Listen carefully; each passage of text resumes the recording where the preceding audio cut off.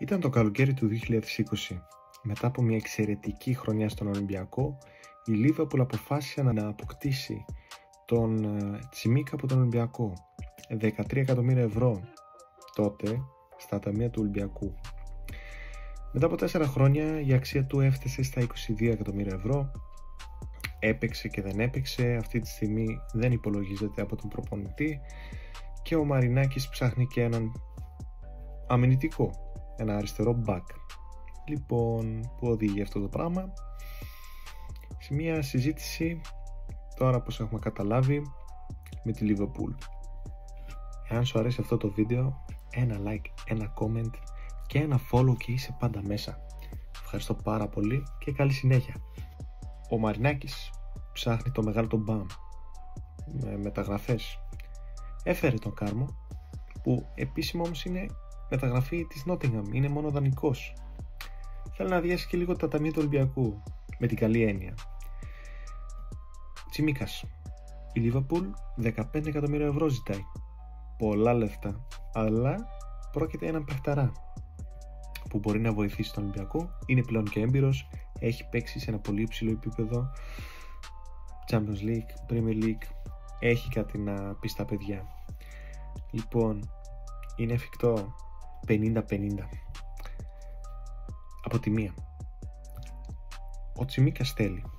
Ο προπονητής του λέει μάλλον άμα μπορείς να φύγεις, φύγε, δεν σε υπολογίζω.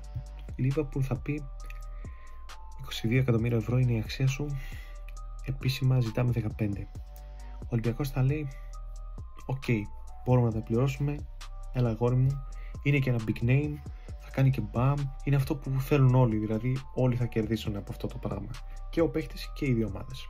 Από την άλλη μεριά όμως μιλάμε για το budget, και το budget του Ολυμπιακού είναι μεγάλο για την Ελλάδα, είναι το μεγαλύτερο. Ο Ολυμπιακός θα μπορούσε να δώσει τα λεφτά, τα 15 εκατομμύρια, αλλά είναι ένα οριακό transfer. Γιατί οριακό? Ο Ολυμπιακός έχει ένα budget, κάθε ομάδα έχει ένα budget και υπάρχει ένα πράγμα που λέγεται Financial Fair Play. Η UEFA σου λέει, εσύ έχεις έσοδα 25 εκατομμύρια ευρώ, 25 εκατομμύρια ευρώ μπορείς να εξοδέψεις. Εάν εξοδέψεις περισσότερα λεφτά πρέπει να αποδείξεις ότι μπορείς να καλύψεις τώρα αυτά τα έξοδα. Το έχουμε δει με την Μπαρσελόνα, η οποία έχει προβλήματα. Ενώ τώρα, αν πάρεις το Τσιμίκα 15 εκατομμύρια ευρώ, θα πάρεις τον Ποντένσε με 10 εκατομμύρια ευρώ, θα πάρεις και έναν Όρτα με 5 εκατομμύρια ευρώ, φτάνεις στα 30 εκατομμύρια ευρώ. 30 εκατομμύρια ευρώ που είναι μόνο τα transfers. Μετά όμως πρέπει να υπολογίσεις και τους μισθούς, και είναι πολλά τα λεφτά για τον Ολυμπιακό, λέω εγώ προσωπικά. Γι' αυτό εγώ πιστεύω ότι είναι 50-50. Είναι είτε το ρισκάρεις, κάνεις τον μπαμ με τον Τσιμίκα, μπαμ με τον Όρτα και Ποντένσε και λες ωραία, ή θα πεις λίγο πιο όρημα, δεν παίρνουμε τον Τσιμίκα, θα πάρουμε έναν άλλον αριστερό back και τα μάτια μας, όλο το σχέδιο είναι στο Ποντένσε. Αλλά αυτά τώρα τα λέω εγώ. Λοιπόν, αυτά είναι. Εσύ τι πιστεύεις? Θα έρθει στον Ολυμπιακό ο Τσιμίκας? Θέλει να τα δώσει ο Μαρινάκης? Θέλει να κάνει τον μπαμ?